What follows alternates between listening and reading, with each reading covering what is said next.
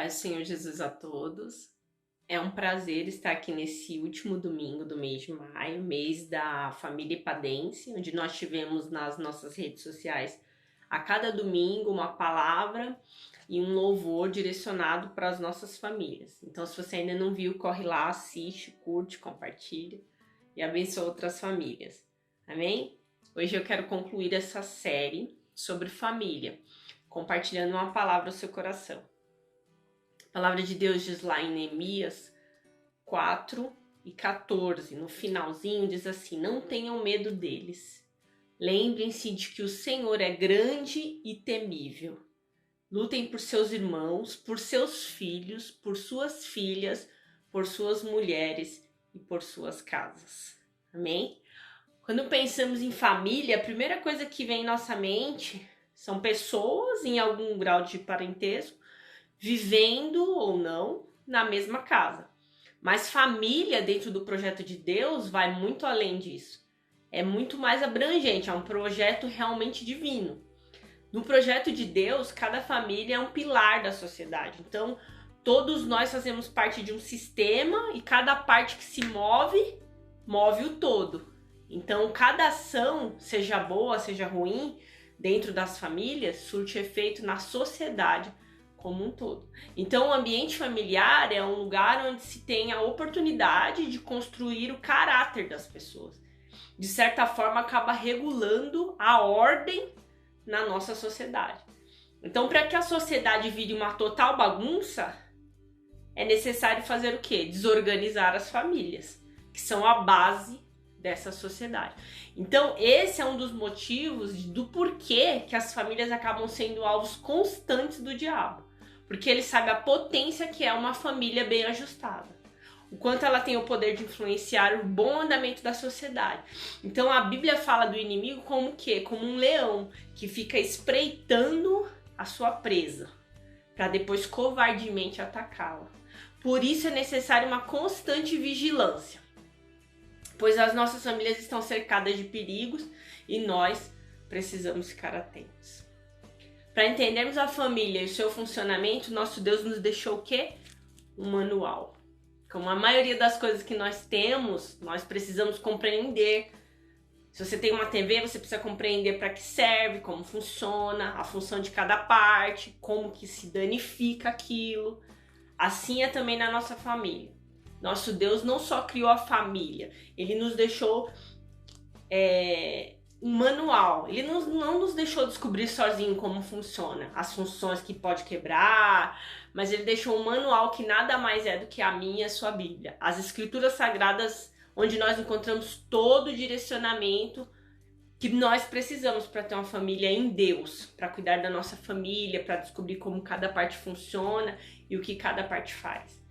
Então, eis aqui o manual do fabricante. A palavra de Deus é a nossa regra de fé e prática. E é por não, muitas vezes, nos aprofundarmos nesse manual que nós não damos um real valor, um tempo para a leitura dele, que muitas vezes não estamos experimentando o melhor funcionamento das nossas famílias.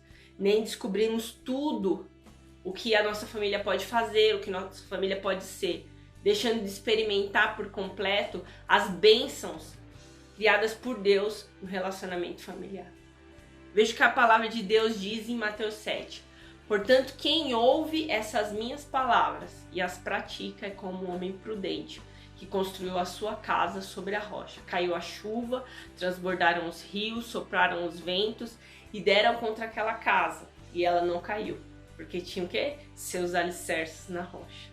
Ouvir e praticar essas palavras para com que a minha e a sua casa seja construída dia após dia sobre a rocha que é Cristo. Nós estamos vivendo num tempo fora do comum, né? Na história da humanidade.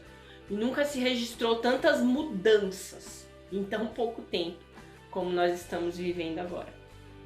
Eu estava lendo uma pesquisa que dizia que a quantidade de mudanças e inovações que nós tivemos nos últimos 40 anos, de 1980 para cá, ela é maior do que a quantidade de mudança que nós tivemos nos 400 anos anteriores. Então veja só, nos últimos 40 anos o mundo virou de ponta cabeça.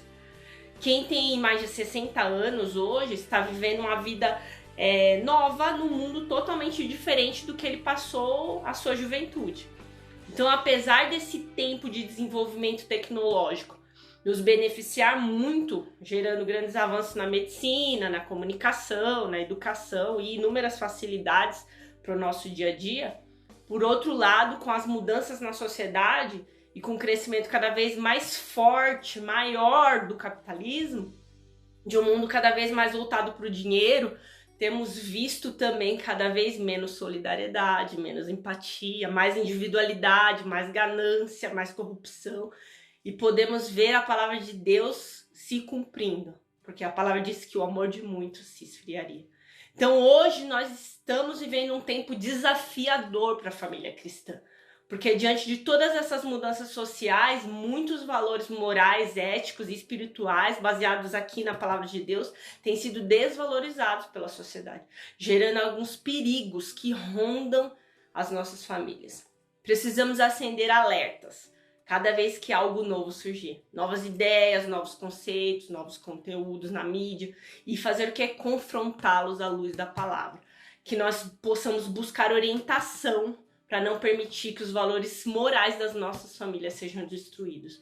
Atualmente, esse assunto família tem sido muito discutido. Estão surgindo opiniões de todos os lados, psicólogos, filósofos, políticos, líderes religiosos, cada um com as suas convicções. Seus representantes se expressando muito bem e com um poder de convencer muito grande. Mas eu digo a você pai, a você mãe, a você filho, em fase escolar, em fase universitária, que em qualquer que seja o assunto, mas em especial nesse assunto que nós estamos tratando, que é a família, não há maior autoridade, maior propriedade sobre o assunto do que a palavra de Deus. Porque é a palavra do próprio Criador da família. Desconfie de qualquer ensino, qualquer conceito, qualquer conteúdo, seja ele adulto ou infantil, que traga elementos carregados de duplos sentidos, que traga, mesmo que sutilmente, desvios de caráter que não se aliam com a palavra de Deus. Com que frequência e com que seriedade nós temos parado para analisar o que os nossos filhos têm consumido? Quem são e como são os amigos que eles se relacionam? E um dos perigos que tem alcançado e influenciado muitas famílias é o quê? A cultura anticristã, que anda camuflada nos filmes, nos seriados, nos programas de TV, tão bem apresentados, em papéis tão interessantes que começam a passar aos nossos olhos como se fossem normais, ou algo insignificante. Mas aquilo vai se infiltrando, e daqui a pouco passa do errado para o aceitável dentro das nossas casas. Deus deu a nós, pais, a responsabilidade de educar e influenciar os nossos filhos no que é correto. Precisamos sim separar tempo de qualidade para vivermos e falarmos da nossa fé dentro da nossa casa. Usarmos de estratégias para que eles desenvolvam um relacionamento com Deus desde a infância. Isso vai fazer com que o quanto antes eles tenham experiências com Deus deles, não dos seus pais. De fato, que eles possam professar a sua fé. Coisas que às vezes parecem mínimas, farão toda a diferença quando eles tiverem contato com outras ideias, outras convicções, outros padrões de vida. Eles já terão convicção da fé deles. Eu acho importantíssimo, interessantíssimo a forma como Paulo fala aos Gálatas, alertando a eles que, ainda que ele mesmo, o próprio Paulo, até mesmo anjos viessem dos céus e pregassem algum outro evangelho que não fosse o evangelho de Cristo, que esse fosse amaldiçoado. Para nós vermos o zelo que Paulo tinha com o que ele tinha ensinado aquele povo. Será que nós temos esse zelo de inculcar na cabeça dos nossos filhos a verdade da palavra de Deus? Olha o que a palavra de Deus diz em Deuteronômio 6. Ouça, ó Israel, o Senhor, o nosso Deus, é o único Senhor. Ame o Senhor, o seu Deus, de todo o seu coração, de toda a sua alma, de todas as suas forças. Que todas essas palavras que hoje lhe ordeno estejam em seu coração. Veja, diz assim: ensine-as com persistência a seus filhos. Converse sobre elas quando estiver sentado em casa, quando estiver andando pelo caminho, quando se deitar, quando se levantar. Amarre-as como um sinal nos braços, prenda-as na testa, escreva nos batentes das portas da sua casa, nos seus portões. Ainda que nós não façamos literalmente o que está nesse texto, mas ele nos mostra o quanto nós precisamos ser persistentes no ensino da palavra de Deus para os nossos filhos. Nós temos vivido em um mundo de correria, desenfreada, por questões de trabalho, necessidades financeiras ou até mesmo, infelizmente, em alguns casos, por desatenção. O tempo de convívio da família hoje é muito menor, mas nós precisamos nos esforçar, nos dedicar a entender os tempos que nós estamos vivendo, para entendermos as ciladas que o inimigo tem armado para as nossas famílias, nos informar para nós agirmos o quanto antes e de todas as formas possíveis, fortalecendo os relacionamentos horizontais entre os membros da família, preservando a comunicação, valorizando os momentos de refeições à mesa, os programas de família, seja fora ou dentro de casa mesmo, e também fortalecendo os relacionamentos verticais. Cultivarmos o hábito de termos momentos devocionais de leitura da palavra, momentos de adoração em família, para que nós possamos buscar dia após dia um direcionamento de Deus para o nosso lar. Então nós podemos ter o dia todo livre ao lado da nossa família, ou nós podemos ter 3 horas livres por dia. Depende da estrutura da rotina da sua família. Mas o que importa mesmo é que você tenha plantado ou que você vá plantar nesse tempo ao lado da sua família. Nossos filhos vão crescer e vão multiplicar o que nós estamos plantando hoje. Não foque no que você já plantou. Se foi bom, se foi ruim. Sobre o que passou, ore ao Senhor. Tudo o que você plantou até agora, eu posso te dizer que Deus é o responsável pelo crescimento. E Ele é infinito em misericórdia. Pode fazer infinitamente mais do que nós pedimos ou pensamos. Então entregue na mão do Senhor. Mas eu quero que você guarde uma frase hoje. Nas nossas vidas, nas nossas famílias, nunca será tarde para mudar a semente que está sendo plantada. Então, se você entendeu que precisa mudar, invista na sua família. Ela é o maior bem que Deus te deu. Plante fé, amor, dedicação, intercessão, tempo, mas não tempo de quantidade, tempo de qualidade. E muita paciência e principalmente plante a palavra de Deus, para que ela venha a ser lâmpada para os nossos pés e luz para os nossos caminhos. A palavra de Deus nos conta lá em Lucas 15, que em um certo momento Jesus estava diante de umas pessoas e questionou aquelas pessoas com algumas parábolas.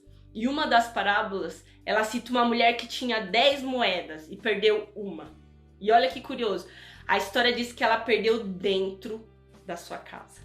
Essa história poderia ser com qualquer outra coisa. Mas Jesus usou um objeto de valor, que era uma moeda. E eu quero te dizer que há valores que nós estamos perdendo dentro das nossas casas. E ainda que nós tenhamos outros valores, como aquela mulher tinha outras 9 moedas. Ela poderia ficar com as 9 e deixar para lá. Mas as mínimas coisas que se perdem têm valores eternos diante de Deus. Por isso, assim como aquela mulher, precisamos nos posicionar. A casa é nossa, a família é nossa. Somos nós que precisamos tomar atitude de, como diz esse texto, acender a luz. Então permita que Jesus, através da sua palavra, do Espírito de Deus, venha clarear a nossa casa. Para que nós possamos o quê? Varrer o que está nos impedindo de ver os valores que perdemos. Então, para que nós possamos o quê? Resgatá-los. Eu quero encerrar esse vídeo repetindo o texto que eu li no início. Neemias 4,14 diz: não tenham medo deles. Lembre-se de que o Senhor é grande e temível. E lutem pelos seus irmãos, pelos seus filhos, pelas suas filhas, por suas mulheres e por suas casas. Amém? Um grande abraço. Deus nos abençoe e proteja a minha e a sua família.